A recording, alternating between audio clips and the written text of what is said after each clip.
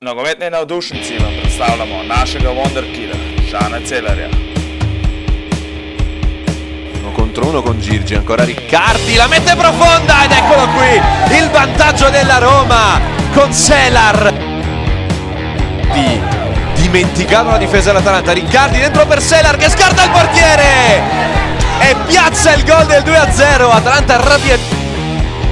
Parte Selar, Atalanta 0, Roma 3, la firma è sempre la stessa, quella di Zanzelar. Roma, palla per Celar, va sul destro Celar, finta il tiro una volta, non una seconda. Campi farà il mister, però ci sono tempo. Crossi in mezzo per Celar. Tiro Pezzella in area di rigore, evita Van den Ende, Pezzella la sponda per Celar. Sinistra, colpo di testa di Celar. Dagli sviluppi di un calcio d'angolo, la risolve Celar.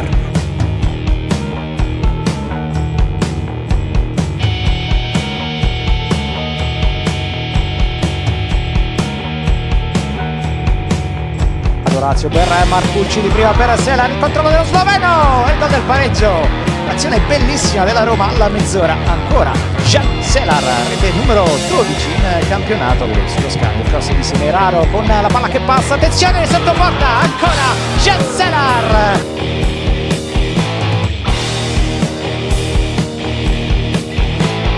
Roma che continua ad attaccare con la gran palla per il colpo in testa di Selar. Il rigore per la Roma, il destro e il 2-0, la firma di Selar dopo 17 minuti. 1-2 che si chiude, il cross sul primo palo, il colpo di tacco di Selar. Allora Cangiano che si accentra, zona tiro, servizio profondo per Selar che salta anche il portiere, porta vuota Selar, l'appoggio! Ed eccolo il 3-0 della Roma.